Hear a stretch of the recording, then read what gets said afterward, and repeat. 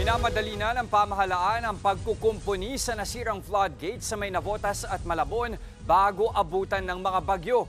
Target nila, maayos na ang floodgate pagsapit ng Agosto. Nasa frontline ng balitang yan, si Ria Fernandez.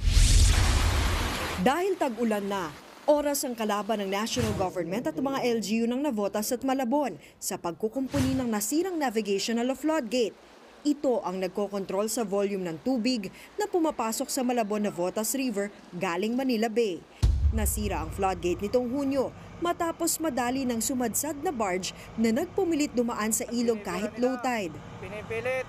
Base sa ginawang assessment ng MMDA, may mga nakitang crack sa kaliwat kanang bahagi ng liner plate ng floodgate bunsod ng pagtama ng barko. Kaya habang wala pang bagyo, nagkasundo na ang MMDA, DPWH pati ang Navotas at Malabon LGU na ayusin agad ang floodgate para magamit na sa Agosto.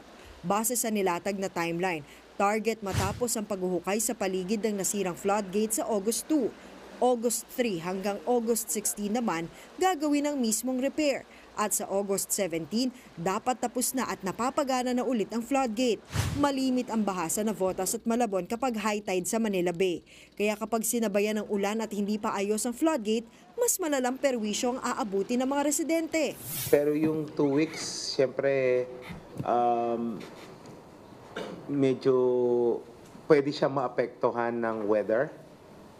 Kung may papasok na bagyo, minsan daw yung current din sa ilalim ng tubig. Minsan pag lumakas yung current, apektado din kasi sa ilalim po ito ng tubig i-repair.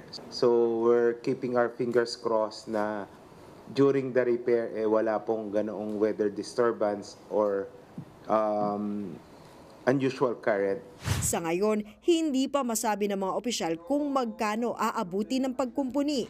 Pero ayon kay Navotas Congressman Toby Tiangco, huhugutin ang gagastusin dito mula sa 299 million pesos na budget na unang nilaan para sana sa upgrade ng floodgate.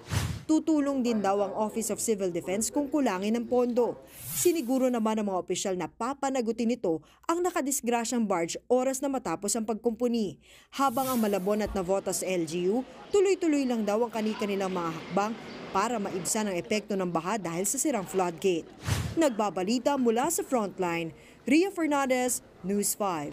Mga kapatid, Jiggy Manikad po, iba na ang may alam at may pakialam sa panahon ngayon. Para sa konkreto, kumpleto at komprehensibong balitaan sa Frontline, mag-follow at mag-subscribe sa social media pages ng News 5.